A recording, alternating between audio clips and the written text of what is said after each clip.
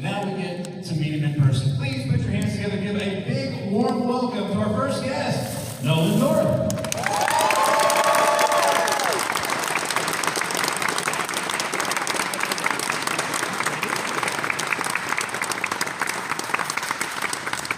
it's a long walk. It's a long walk over here. Good morning. I didn't know so I'm the kickstart. You are the one that gets everybody woke up. I'm so sorry. Wow. All right. Let's do this. All right. So this is set up to be a Q&A. You guys have questions, and for the next however long, it's BDA. Yeah. Yeah, so right. So we have BDA. That's the answer. Yeah, that's what did you think the A stood for? Nothing. Okay. So we have a microphone down here. That is your microphone. As you guys have questions, we'll get through as many as we can in the short time that we have together. You can line up, you can step up to the microphone, we'll get your questions if you can. I know not everybody is comfortable using a microphone. So if you would like, we have a text number up here as well. You can text your questions in, and as we have time to do so, we'll kind of get through those as well. So that way you can participate if you have mobility issues and you can't get to the microphone, or if there's anxiety about speaking into the microphone, you can still participate as well. So we want to make this as inclusive as possible for everybody. So and I have nothing worthwhile to say unless somebody asks me a question. we were talking backstage, like, you have like a, no, I don't have that. But I'd like to impart my wisdom. Hopefully, you have your questions. I do tend to get a little talkative, so that's great. Let's take it. Let's go to your first question. What's your name? Richard. Richard. Hey, Richard. Chris. Have you heard any news on whether season 5 of Young Justice is going to happen? No, I haven't, unfortunately. So Young Justice has been one of those, the gift thing. We kept on giving, and we did the first season, and we kind of just hoped for the second, and then we did that, and then, it's gone, and then all of a sudden, fan outcry, we got a third, and a fourth, and I think it's been on a different channel every season. Yet it's a huge hit, but the powers that be way worse. I know they have an idea what they would like to do, but I think, is it Max now, right? It's HBO Max now. That's where last aired, right, on so now they got rid of everything, and a lot of animation, so, but there's a lot of other channels. Of course, now, so I don't know. I would love to say, yes, we're good, we're back. I know the people, Kari Payton, plays Aqualad, and I talked about it recently, and he said, man, just, he wrote an episode last year too, and so, fingers crossed, but I have no idea. I've heard nothing one way or the other, so, which is usually a good thing, because I'm the last person to know. No news is good news. No news, exactly. Hi, what's your name? Thank you for coming out, Mr. North. My name is Melody. First of all, I want to say thank you so much for what you do, not only as a voice actor, but also as a person. It means so much. Keep up the good work. Thank you. And my question for you is, if you were not a voice actor, what do you see yourself doing and why? Ooh. Okay, so I wasn't an actor. I have like a. So one of my jobs I used to do in between acting jobs, I worked with painting contractors, and I worked with a carpenter contractor, and I did a lot of baseboard and door molding and crown molding in houses. I went out and got myself after the first TV show I did got canceled. I started doing it. I got a couple actor friends, and then I bought a pickup, and I got I loaded up my gear. I had the nail gun. I got the 18 gauge nails, the pin nail. I was doing everything. And custom closets. My wife always liked it. So no, you're not going to go to California closets. These things it's too expensive.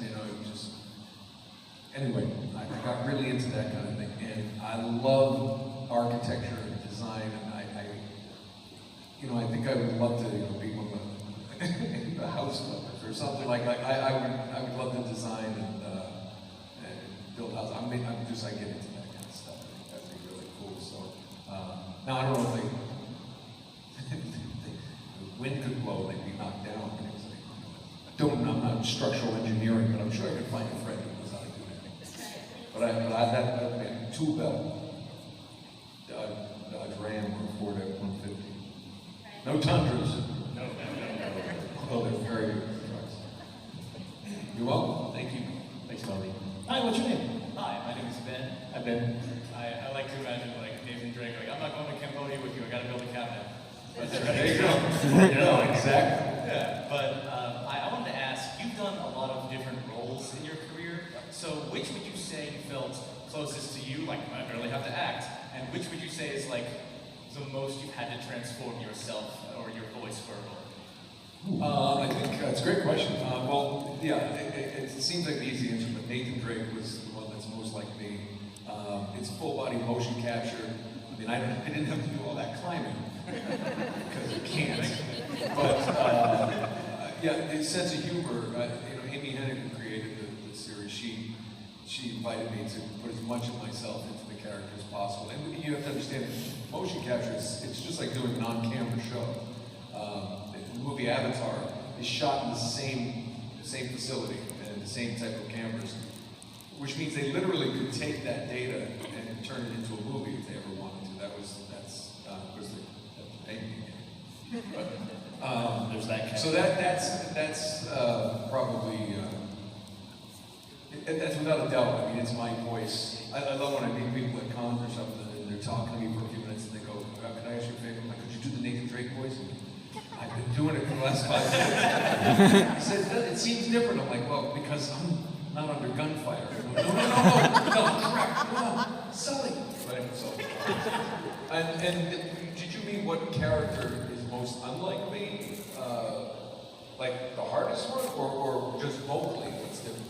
Either way, like either transforming your voice or becoming a person extremely far removed. The most difficult role I've ever had is Remy Duvall from Motley Free, who well-educated radio host and set in 1967, civil rights movement, who is the most despicable racist you could possibly. And it was just we did that in some motion capture as well. And I remember auditioning for it, thinking they presented it because it's history. A lot of people don't know that history, and if you put it in games, people are like get curious to find out like what happened, what was going on in Washington and different parts of the country. And I remember the first day we walked in, and it seemed like, okay, this is going to be a difficult part. Artistically, I really want to challenge myself. And all of a sudden, the words on the page are now being spoken to somebody's face. And you're saying things that, I mean, he's an awful racist. I just have never known that level of hatred for anything. Well, my 8th grade teacher, but anyway, but it was, I mean, they had called action and I went,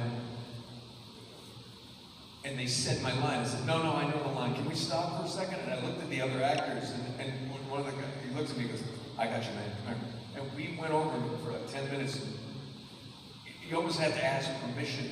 It's a lot like doing a love scene. You have to kind of get with the person who's like not your girlfriend or wife and go, so we're, you have to, it's very odd. So that was the character that I just had to, portray honestly, but it's just not that person. And that was, in fact, I called Alan Tudyk. You don't know Alan Tudyk? Yes. He did the 42, the Jackie Robinson story, and he played, because I called him and told him what happened. And I said, you don't understand, I had to do this speech, and there's like 20 people there. He goes, 20? You had 20 people? He said, I had like 20,000 in the baseball stadium, and I'm screaming the N-word over and over and over at Chadwick Boseman. How do you think I felt? I'm like, was Chadwick nice? So, anyway, that's the one. Good questions. We have a lot of text questions specific to Uncharted. And this one will kind of stand for most of these is, if offered offer the opportunity to rephrase Yes. the role. There you go. For the 20-something of you who asked, there's your answer. Not gonna let anybody else, unless it's Tom Holland, do it. Yeah. He's in his 20s, and he did a great job. And he's such a nice guy. It's painful. Hi. My name is Yunani. So I primarily know your work from Guild Wars 2, so I hear your voice pretty much every day. I'm sorry, what? I primarily know your work from Guild Wars 2, so I hear Oh, Guild Wars, okay. Yes. So I hear it pretty much every day. So the MMO is rounding out to like 11 years or something. Yes, it's been a great job. It's like an annuity. It's the best. Yeah, so like, what is it like to work on a project that's lasted for so long and is still ongoing? You know, I have a few of them, and I'm, first of all, incredibly grateful. I mean, it's hard enough to get a job and work, but to be able to continue making a living in this business. As you all know, there's an actors and writers strike right now, but it doesn't affect interactive and some TV animation. So it's like, you know, knock on wood, you know, I get to continue to work. But certain jobs like Star Wars Old Republic, Destiny is another one, and Guild Wars, who are some of my favorite people to work with as well, because of course they give me the main, you know, main character, player character that you can play as. And it's just, you know, like, all right, you know, to just kind of, I mean, and it's a great job. You sit there and you just get to read these lines and a great story. But then they give me, you know, Mordremoth. They gave me Malala Joko, you know, get to do that. And they, like, how about when Aureen takes up a lot? For I am Malala Joko. He's just, he doesn't end well for him. Anyway, but they always, and we just did some new iterations recently, and Versatility, I can't say. But it's great stuff, and they always try to give me an extra character, just, you know, something like, see what Nolan will do with that. I'm also like one of the angry Char. You know, he's always angry, you know. So, yeah, it's gonna be great. Great people to work with, and that community that you're part of is just so great, because they just want more and more, and every time I could look it up on my phone. I won't, but I can look it up. I know we're scheduled for another session in the next couple weeks. That's awesome. So I can't wait. Yeah, well, thank you for being such a big part of my life. Thank you, appreciate it. Thanks for playing, because otherwise I'm unemployed. That's no good, no good. I got kids. I don't have kids, they're 20 and 23, but they still leech on me. They're still kids. Somebody hire them. Hi, what's your name? Hey. Hi, I'm Chance. Hi, Chance. I know you most as Dr. Edward Toff. You cool. Of course we do. I've always wondered, what is a role you kind of look back at and you're like, that was not a good one. Not doing good at all. Like, I'm great at everything. I've said this before. It's a great game, but there's one role that I always kind of, I see it played, and the problem is, I don't know how to tell you this because I don't want to give it away first. Here's the deal. It's a beautiful game. The artwork and everything in the gameplay is amazing, and my voice just doesn't fit. Because they wanted just, you know, my dad's from Iowa, and so we had that they wanted just a regular American, good Midwest, just straight, no act, and it's Prince of Persia. I did one iteration, Prince of Persia, and it's like carpets this thick, Elika, and it looks like Nathan Drake's voice in like this beautiful anime almost look, and it just like, you know, we could do something like this. We could have like a Persian type of theme, or you know, what's his name? Jake Gyllenhaal did the movie and he got to do a British accent, and guess who covered him for the movie trailer? Me. I had to do a couple lines, you know, something. We have to run, the only thing. Go. And it's like, because he wasn't available, so I did. I'm like, yeah, it should have had a little bit of Flavor to it. Yeah, because the animation, the artwork is so beautiful, and it didn't match that voice. But everybody at the time nobody really. It wasn't as huge as it is now. So you walk in to do, you know, Nathan Drake, and it's just me, and then I'd audition for Assassin's Creed, Desmond Miles, and it was just me, which is, you but he's a little more depressed all the time. You know, so at that time there was another one called, they call it Drake with a backpack. Dark Void, yeah, Dark Void, which we actually recorded before, Sony did that before Uncharted was done, and then it was shelved, and then Uncharted came out, and then they brought it out, and everyone's like, this guy stinks, he sounds like the same and everything. I'm like, and it took Arkham, I looked at you to paint, and everybody said, that's him, and so I got to switch it up a little bit. Good questions, thank you. As a doctor, as long as you hate kids. Yes! Yeah, the doctor's here, I'm sorry. You just wanted to hear kids. Now go back, punch things, your hands are bleeding. We have a question that was texted to us. Okay. What is your favorite position to play baseball? The face. I don't have names on these. I don't know who that guy is, but he and I are the same wavelength this morning. Well, I was a pitcher. That's what I played at college, and I almost went pro. Little crackle. Yeah, it's all gone. But when I was a kid, I used to love to play shortstop or center field. But I was the guy who was like, hey, pitchers hate me because I would always try to dive for routine fly ball. I was like, wait on it. I'm not kidding. I always caught them. But in Little League, shortstop was the most fun because that's where most kids hit the ball. But as a pitcher, I got to hit people if I got angry. So, I actually tell my son that story. In high school, so I was recruited pretty heavily out of high school at one point, and threw pretty hard for high school at that time. And this kid broke up a no-hitter by sticking his arm out. A perfect game, in like the sixth inning, or 2 outs, or seventh inning. And when he got to first base, I walked over to the umpire and I go, next time you earn it. And I went back, whatever. We got in the ninth inning, he came up and first batter, and I buzzed him, I cracked the ear hole, and cut him.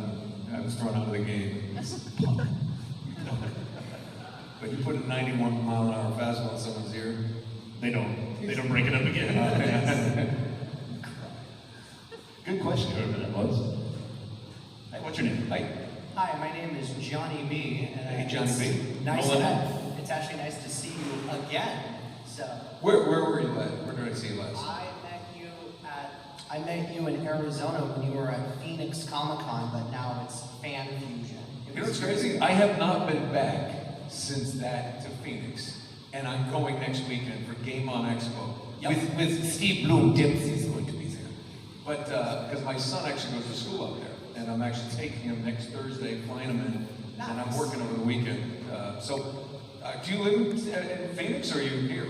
Live here, but I used to live in Arizona for nice. 8 years. Okay, yeah. It's hot. Yeah, it's hot there. I don't miss The it. cactus are melting. Have you seen this?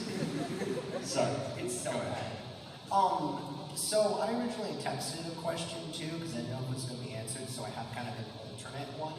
Perfect. My question to you is this. You jumped around from a lot of different roles with video games, animation, live action. You jumped from many different universes as a voice actor. But this is kind of a two-parter. What is the one voice that you did that really changed your perspective, not just on life, but just in general, and really you took something with you from it, basically something that really affected your soul. And then the part two would be how would you go about giving advice to someone, even like me, who want to get into voice acting? Okay. It's practicing stuff. Well, I think Nathan Drake, it's not really the voice, that role changed my life. I've gotten more, I'm doing a new on-camera show down in Atlanta right now. No, I'm not, because we're on strike, but can't talk about it, but... NDAs and all that. Well, no, strike, I just can't talk about it, but, it's, you know, when I walked in the first day, we had one of the directors, who I can't tell you, he's a pretty big director. He comes up and says, oh, and I'm like, hey, nice to meet you. He goes, oh man, I am a huge fan.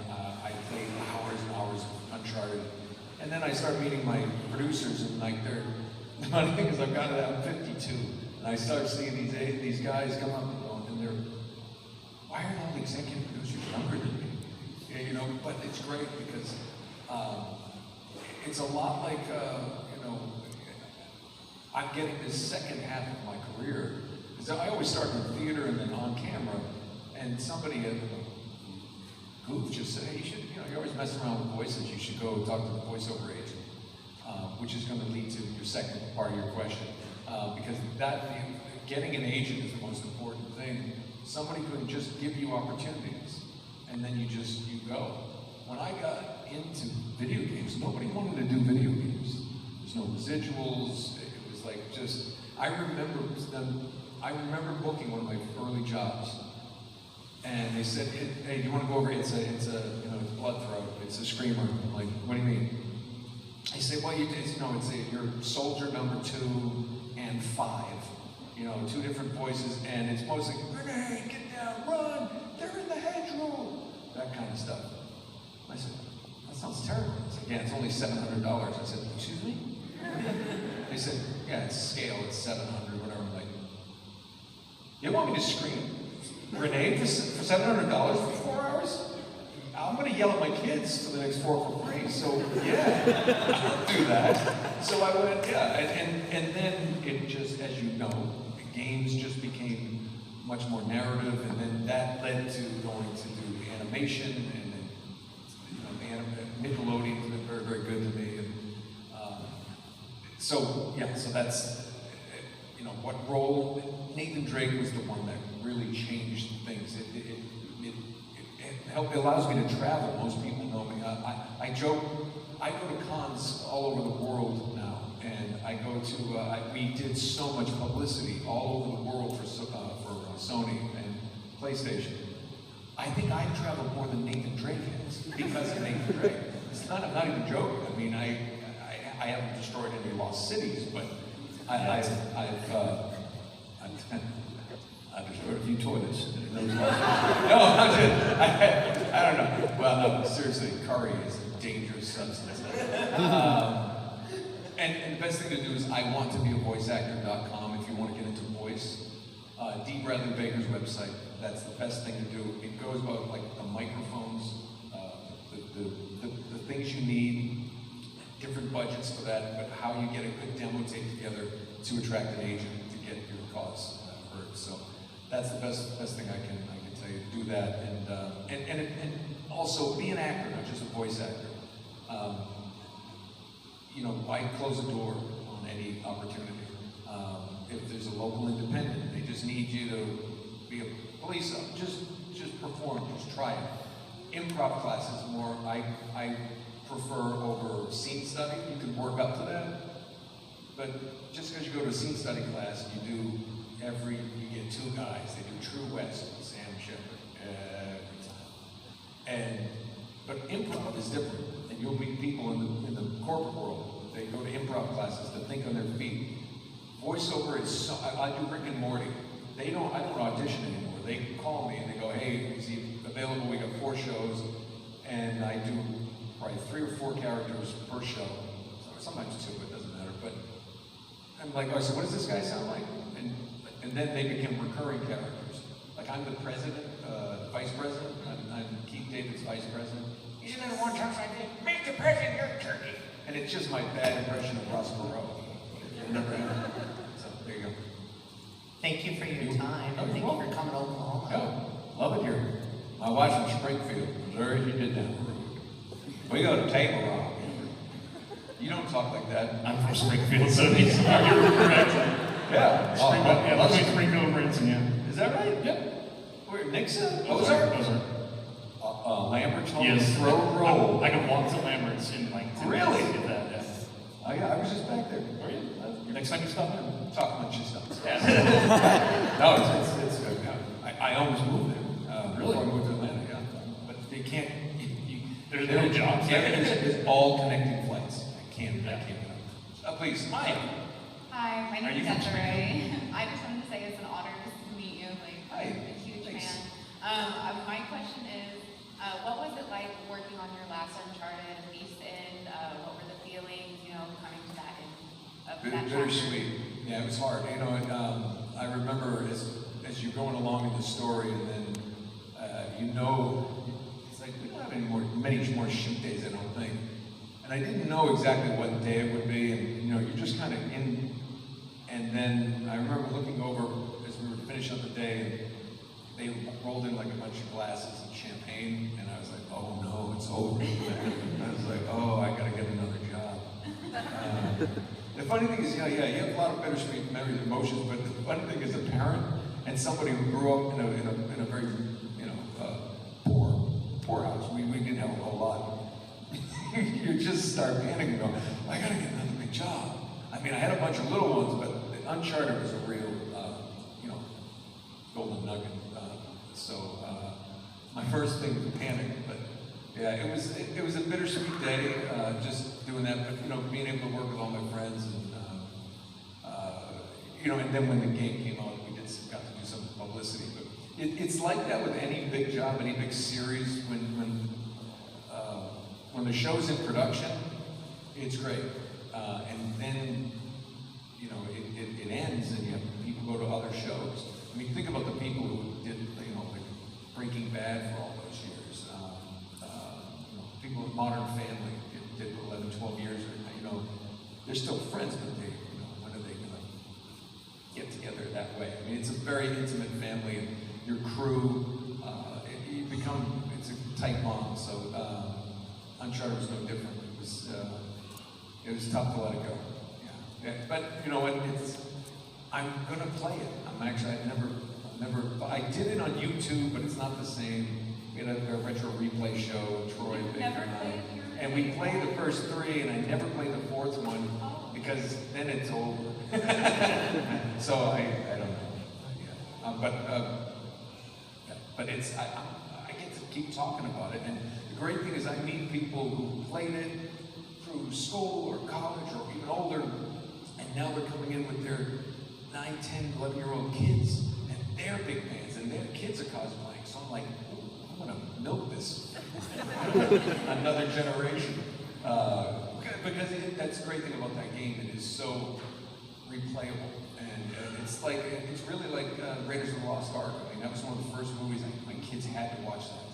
So it's really, really cool to have something in my career that has affected so many people in so many places. So I mean, and it's a big. There's a bunch of people. It's a collaborative effort, but I'm neat, so I get to come say hi to people. Thank you so much. You bet. Text question: what would be your last meal? If you knew this was your last meal, what would you order or eat? Chicken parm. Okay. But it's got to be good chicken. Yeah. I'm the same way. My last meal has to be my mom's chicken noodles. Yes. And if it's not that, I refuse to die. See, I would make my mom cook my last meal. That's evil. Well, you don't know my mom like I do. You don't know my mom. Would you like to get to it? My question for you, Nolan, I followed your work for a long time. Uncharted 4 was actually my first Uncharted, and then I got the collection. Collector's Pack, the Nathan Drake collection. Yeah, and I played through 1 through 3, and I got to see the context of everything. That's why you play them in order. Yeah. People are psychopaths. It's like the guy, you see the guy who gets up like a magazine, go right to the back page. I'm like, I have like this OCD thing. I'm like, start at the beginning. Yeah. I didn't have a PS3 growing up, and then I got to the point when Uncharted 4 came out, I could afford a PS4, and I got the bundle. The Uncharted 4 came with the bundle. Yeah. So my question for you is, say one day you blow your voice out, and it's something crazy at a party, something. You remember, it's midnight, you remember, I have a session tomorrow. What's your emergency kit, or what's your emergency procedure to get you up and running again? If you have something, like if you did something crazy before, now you have to get your I don't go out the night. First of all, What kind of life do you think he's living? it's way more exciting than you. then I wish that was the thing. Although I did have an early morning flight this morning, and I was out last night with the wife. She wore a nice dress too. Okay. First of all, I wouldn't do that. I wouldn't. I would never go out and if I have a job, that's my. I'm responsible to be there and do my thing. And there's been times where I feel terrible because I'll wake up and I have a cold or something and I can't do it. And sometimes the best thing though is sometimes we'll have these conventions and you're flying and you're talking and like some convention halls are so loud. As you come up to talk to me, we're signing, how are you? And you know, I get back, I sound like Sam really. Get back to the hotel and call my wife like, oh, the dogs. Roadhouse. That's how I sound. And that Monday is like, if anybody, if any little kids, I do Blaze and the Monster Machines. It's a big series for me right now. We're in our 8th season on Nickelodeon. And there's a little truck, and he's up here, and I have to sing songs, and he has to get really excited and go much more excited than that. And if my voice is hoarse, I can't get there. And the cool thing is they're not going to replace me, so it's just like we push to next week, and that has happened because of overuse just of talking. I don't really have remedies. I'm not. I don't. I have. People said lemon water, tea. And tea tea is what we drank when we were sick, so it always makes me feel like I'm sick. Except iced tea, different. But I did notice somebody once made a hot toddy, and I am kind of a bourbon guy. So a little lemon water, honey, and a shot of bourbon actually will. If you have a cold and you're of age, it's medicinal. Actually helps. I don't know why. You can't have too much bourbon, but I mean, you actually. And I noticed that it does clear me out, that kind of thing. But honestly, it's just lots of water, keep hydrated.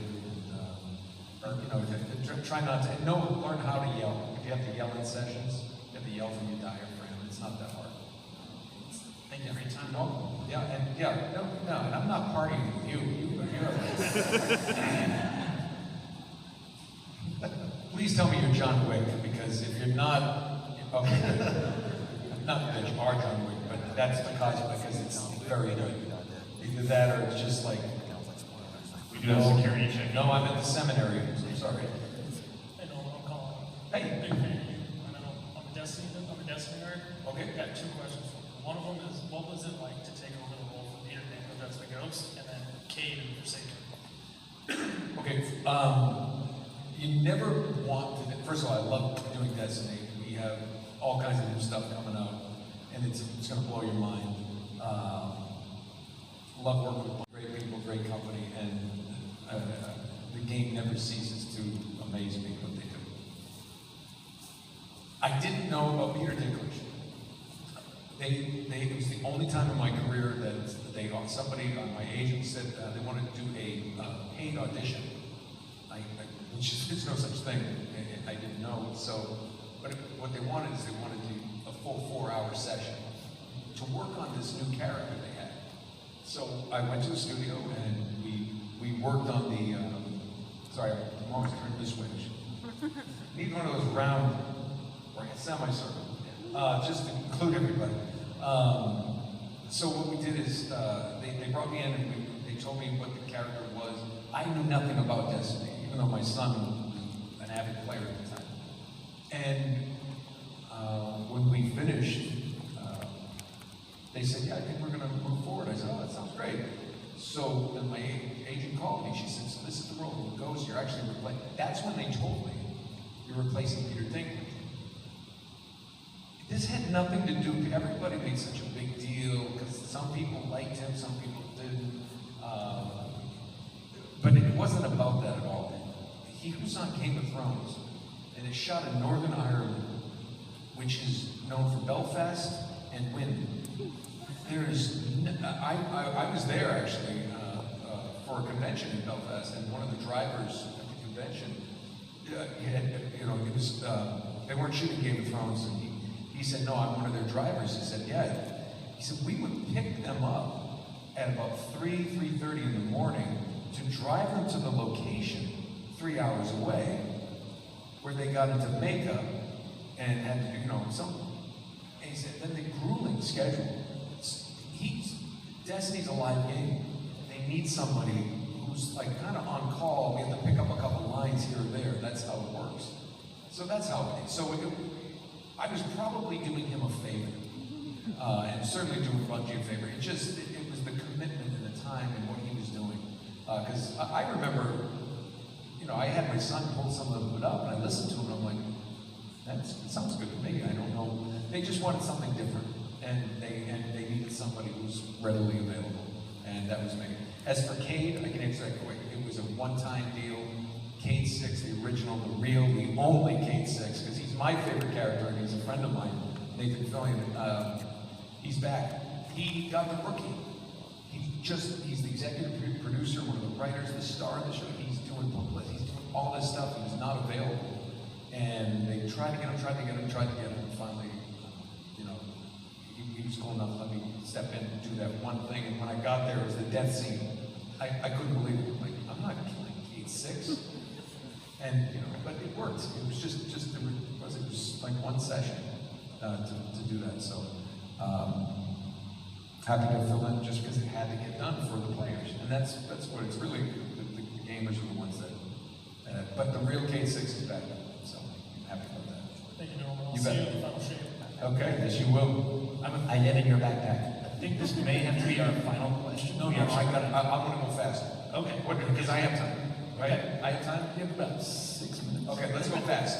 I'm sorry, I talked too much, but I gotta get to people. So my question is simply, what drew you to the role of Deadpool in the video game, and what surrounded the most enjoyable part? I was doing the Wolverine and the X-Men show. The same producers did the Deadpool game. Hulk vs. Wolverine was the first one. And they asked me to come in, and they said, okay, listen, we had somebody do Deadpool, but it's not quite right. They said, you know, when you're always goofing around between takes and Wolverine and the X-Men, because I played Cyclops, and I said, yeah, he goes, that's Deadpool. We want you to do all the stupid stuff you do. So I went to the session, I'm not kidding you, and I said, I don't have a script. And they go, we're not going to give you one. Watch the scene and just say just Deadpool, you can't see his face, so we're going to show you the scene, we took the voice out, so I got context. The whole thing was ad-lib. Made up that whole thing, rockabye, bang, all these things, and like, hey Wolverine, I shot you, man. Yes. I mean, just all made up. Thank you. Yeah, but and who wouldn't want to play Deadpool? It's the best. Hey, come on. I will go fast. I'm sorry. I grew up with your work. Really appreciate it for it.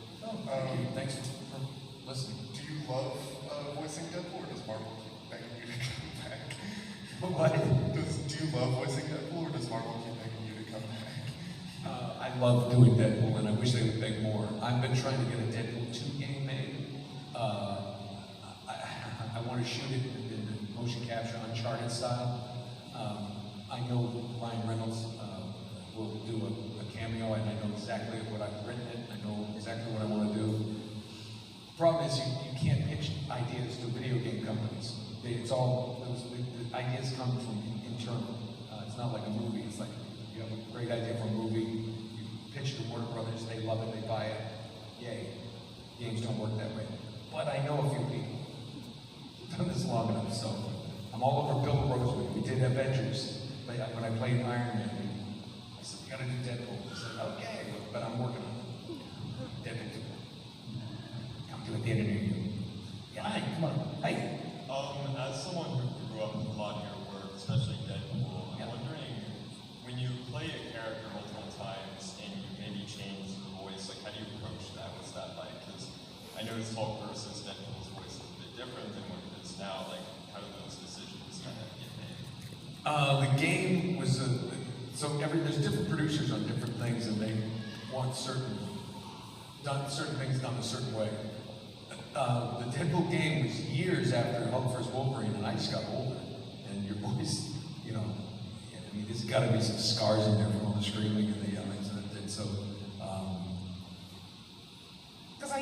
sound just like this. Very Mickey Mouse. Oh boy.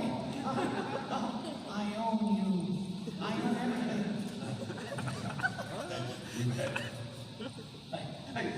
Why not, right? How's it going? Hey, good. All right, my name's Andrew. I got a couple questions. I'm surprised I didn't hear Can any more about. we get it down to one? Just one question. So, I didn't hear a whole lot about zombie stuff. I'm kind of surprised about that. What do you want to know? The doctor's here. Ask a question, stupid. What's your favorite moment working with Trey or anything like that called Zombies 2? Well, just my favorite session I ever did. Tom Kane, who's Takeo, he was in Kansas City where he lived at the time, so he did it remotely. But they once put Steve Bloom, Fred Tatasciore, and I in a booth, and it was a 2-hour session that went 4.5 hours because we were absolute children, and we goofed around and laughed, and we had some gold in there. But that's the first time I was ever like, I hate you kids. And with that, we ran with that whole thing, like how we hate MC, and it was that was the best moment. And the worst was that thing you can see online where we all said goodbye. I didn't even know that was the end. But you never know with the doctor. He could come back someday. I don't know. I'm keeping it open. If you have questions more at the table, I'll be up there a little bit. Yeah. But because I've got to get through more people. We're gonna try to get through a couple more. So yeah, I'll see you out there. Ask another question out there. Hi, my name is Nathan. Nice to meet you. Nice, Nathan. I also grew up with COD Zombies my whole entire life. Go back. Yeah. I'm aspiring to become a voice actor in the future myself. Okay. I was just wondering, might be a redundant question now, but I was just wondering if, what were your personal experiences like in becoming a voice actor? I was an actor first. I didn't just be an actor. I did theater in New York. Then my first TV series was in LA, and then you just go from job to job. And I just approach it, like anything. I loved cartoons, I loved that kind of stuff, so I'd watch it. But it was never a job. Because when I grew up, it was Looney Tunes. It was one guy, Mel Blanc. There's nobody else. And then I learned about, Dawes Butler and Sterling Holloway and all these Don Adams, And I remember Don Adams he was Get Smart, and he's on camera, but he also did that. Just be an actor and do theater. I was literally the guy passing out tickets, and people you'd see people just throwing them away or dropping in the street in New York, and you're like, man, I did stand up for chicken fingers and a domestic beer. That was the pay, but I ate. They would never give me I just wanted a bass ale, but no, otherwise. Anyway, thank you. So good. I'm going to keep on. Just take good. I got to come. We'll just turn this down. We don't get to see the clock. Hey, Nolan. So I've got to ask a question about the greatest hero of all time.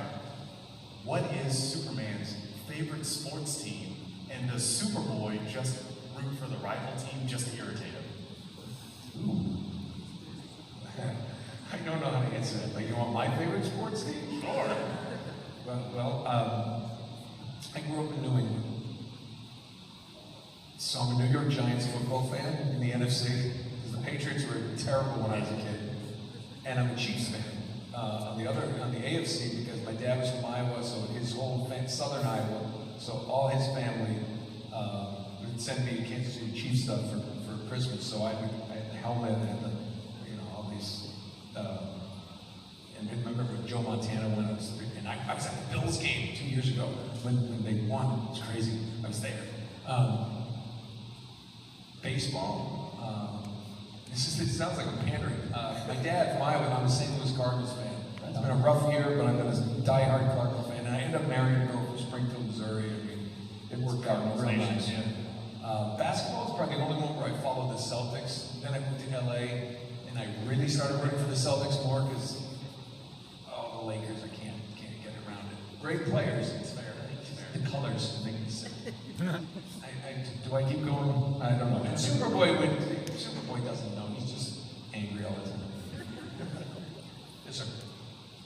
How you doing, Just a quick question. From your personal experience, what do you think separates Naughty Dog from all the other development studios that puts them over the top? I think they were, well, first of all, they were very rigorous testing to apply, and I mean, they get the best of the best. And they work really, really hard. I got to know a lot of them. They work really, really hard. And I think also they were the ones who were able to unlock. They got everything they could out of the PlayStation. Now this, I don't know that, but they figured out how to get the most out of that processor, whatever they worked with. You go back and play the first Uncharted, and then play the third one, and realize both of those were on the same machine, were built for the same machine. What they learned, they could do and create and make better and better and better. And they were so, and everybody's so meticulously good at what they do. Now, that said, I think a lot of other companies really have caught up over the years because they followed their model. They followed that. If anybody's a golfer, or if you haven't lived under a rock, Tiger Woods is a great example. One of the greatest golfers of all time. But he changed golf because he made it. I mean, golfers, when I was growing up, they looked like me, they were athletic. Okay? I mean, they were, you know, cigarettes, putting. I mean, he was one of the ones who came in that was an athlete and changed the game. Naughty Dog is the Tiger Woods of video games. They changed how other people do their business. Naughty Dog also, and Sony has to get credit too. They spend the money. I begged Ubisoft to do Assassin's Creed. Like, you know, I told them I'll come up to Montreal, we'll do the motion capture. But they used people who worked at the office who weren't even actors at the time, or in the early days, to do the motion capture. Because it was all just getting the walking and talking. And now it's called performance capture because they use actors. It used to just be stunt people. Or they used people who worked at the development office. Naughty Dog said, no, we did a full day of rehearsal. They paid the money for all the actors and the equipment to rehearse on Thursday, to come in Friday, and we knew it was cold on Thursday. Friday, we just went and had fun. It makes it better. They weren't afraid to spend the money because they knew the final product was going to make them so much more profit. So what they've done with The Last of Us, Uncharted, it's remarkable. And I think I don't tweet this or whatever, exit, whatever it's called now. I think they're doing a new IP. I have no idea, but I'm really interested in I'm not even a big gamer, but I'd be interested to see what they do, and I play it. So, yeah. You bet. Thank you. We do have to wrap now. I have to be the bad guy. I apologize. That's what I got paid to do, to be the bad guy. Come up to the table and ask a question. I'll be out there all day. Absolutely. Stop by and see him on the floor. That's where you get the autographs and photos. Ask the questions that you weren't able to ask here. Ask the ones you texted that I didn't get a chance to ask. Have you guys had a good time? Thank you. Appreciate you coming out. Before you all leave, we have a request of all of you who would like to get a photo with you for the convention social media. So if you guys want to kind of fill in that